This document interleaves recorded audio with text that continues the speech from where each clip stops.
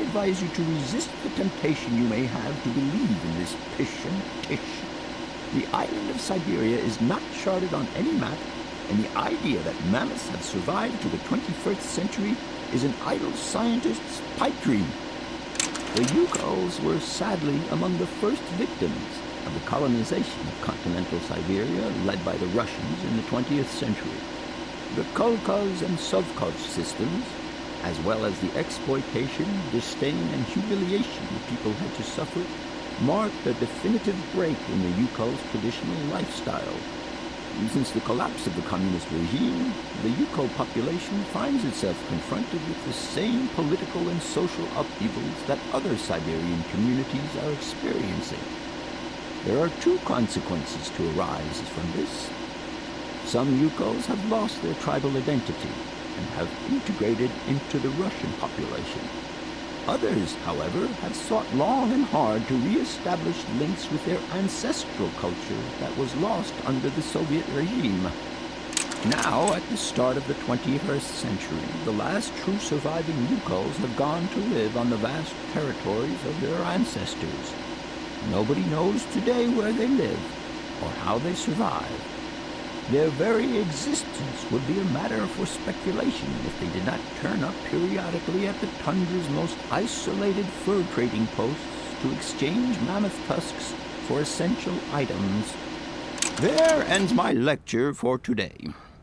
Thank you for being among us today, Miss Walker. Please make your way to the laboratory where you will find your mammoth doll. There are also photocopies of my lectures should you so require them. The students definitely enjoyed that, didn't they? Plenty of yawning on their part. Thanks for that shot.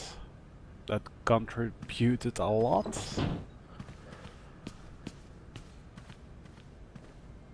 He's still sleeping.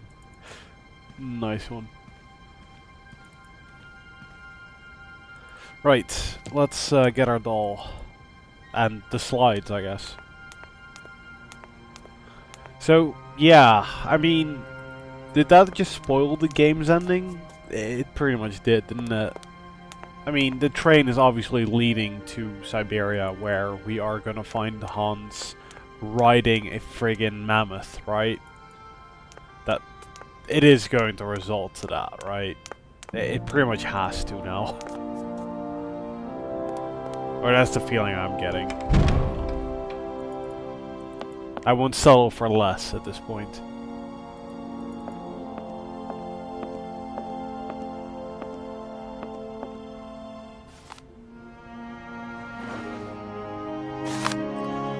Oh god, reading?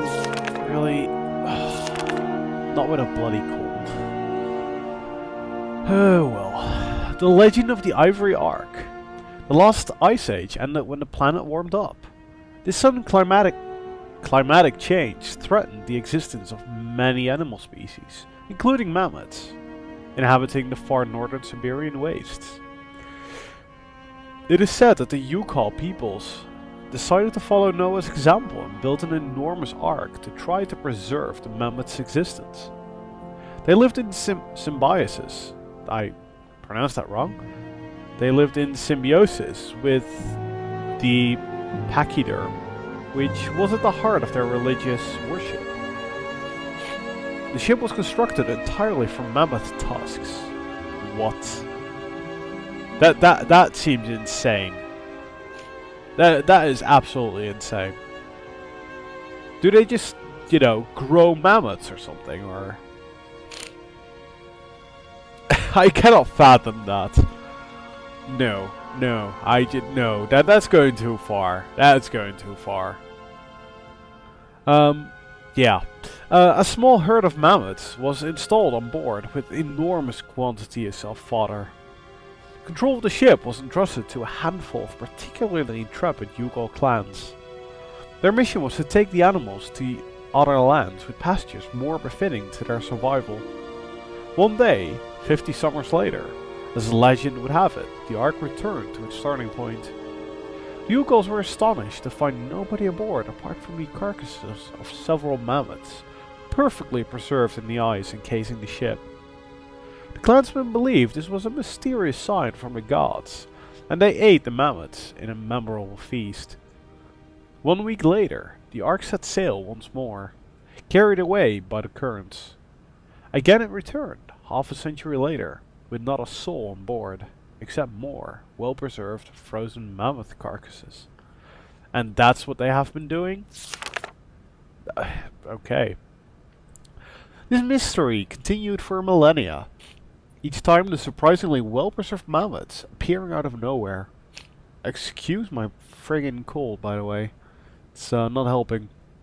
The Yukos interpreted the phenomenon as a benevolent offering from their dead companions who were believed to have perished from the Ark's voyage in some horrendous maritime cataclysm.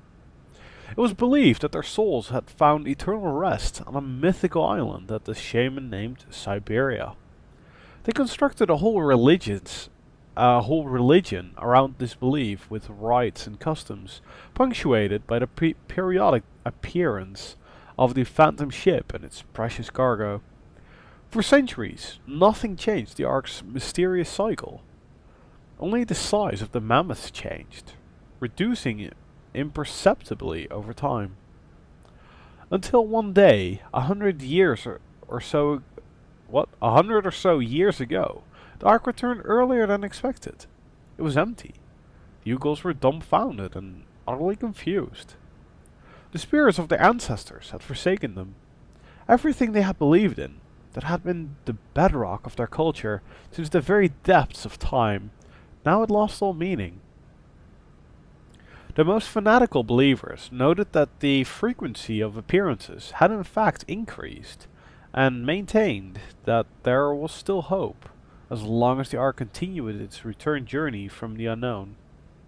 Some elder Yukos boasted having seen it several times, but henceforth, each time the white ship returned, it only offered an empty shell to the despairing eyes of the surviving Yukos. The belief became superstition, and the reality became legend. Okay, that's not bad reading. There's the doll though.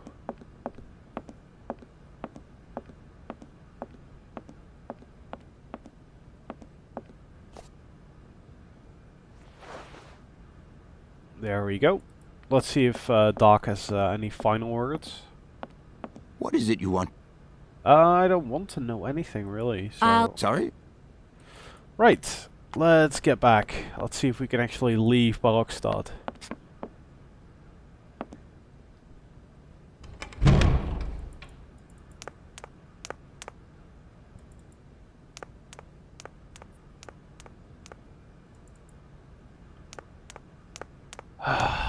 Fucking walking.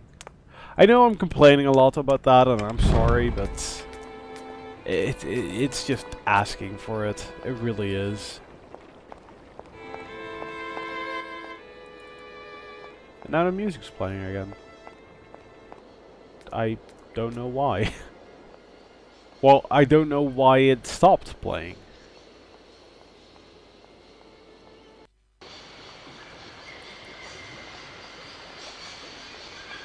Yay, like 5 screens to go.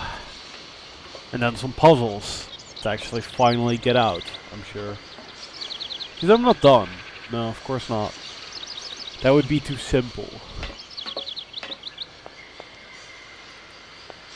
God, I've been taking a long time to not actually get that much done, which is kind of annoying. Well, I did move the train after all, which is pretty big, I'd say, but yeah, the amount of actual puzzles is rather low. Because, well, it's just the way the game's built. It's built around the story and, you know, the characters' dialogue. So, the number of actual puzzles you're doing is not that big. Which I actually prefer, because, you know, the game is really good with its dialogue and characters and all that, so... yeah, let's go to the other side here.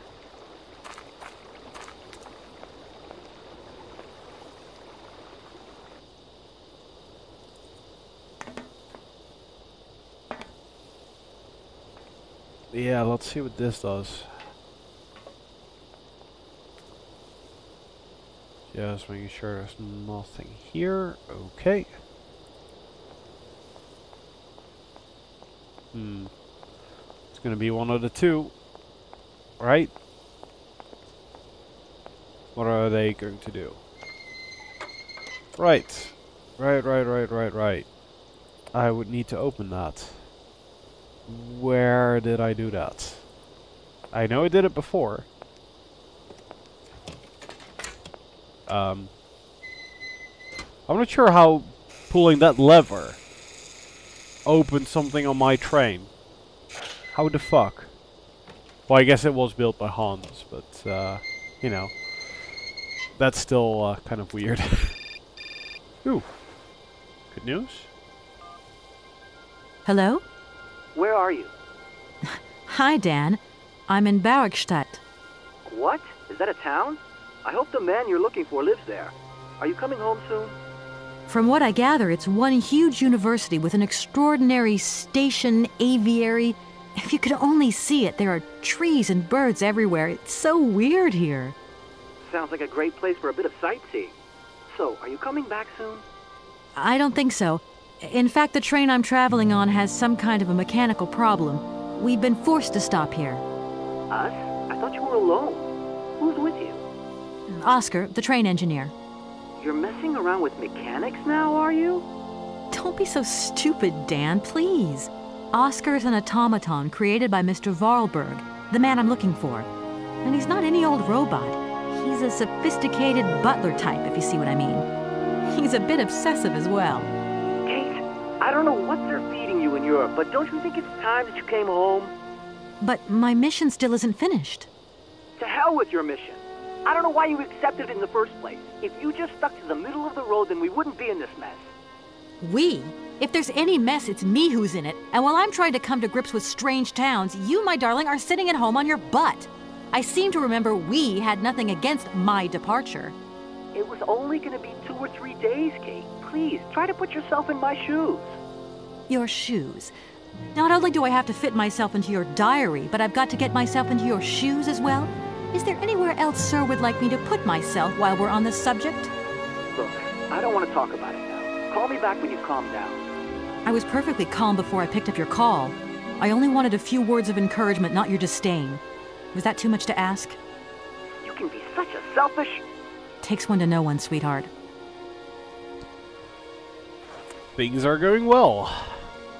All rainbows and sunshine.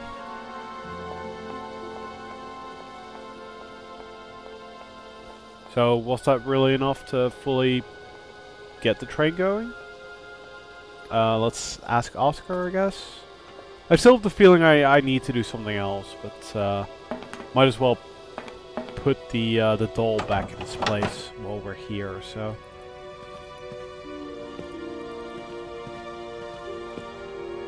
Doll over there.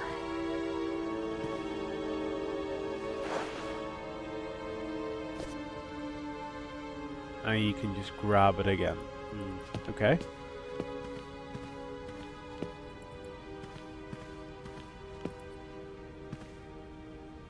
Everything okay? Yes, Kate Walker. I am waiting to continue our journey. Well, go. Speaking of mechanical problems, there aren't any other hitches I should know about, Oscar? This train has no mechanical problems, Kate Walker.